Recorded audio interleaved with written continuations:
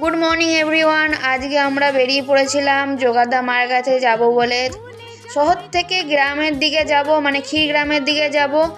তো এখন আমরা পেরোচ্ছি। এখন এই বৃষ্টি হলো বর্ধমানের সেতু বলতে পারেন, কলকাতা হুগলি সেতুর মতনই অনেকটা করেছে। যাই হোক, তো আমরা বর্ধমান সেতু পেরাচ্ছি এবার।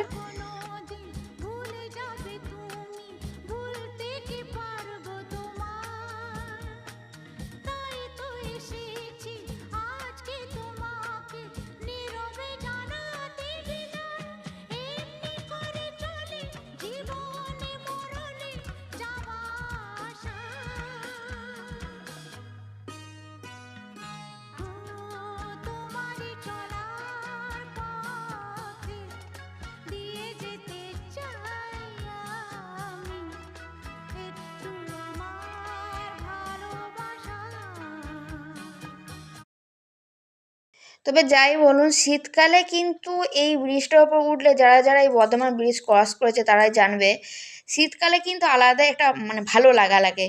মানে সাইডে কুয়াশা থাকে, এখানে অতটা বোঝা যাচ্ছে না, তবে এই ব্রিজটা উঠলে গোটা বর্ধমানটাকে ভালোভাবে দেখা যায়।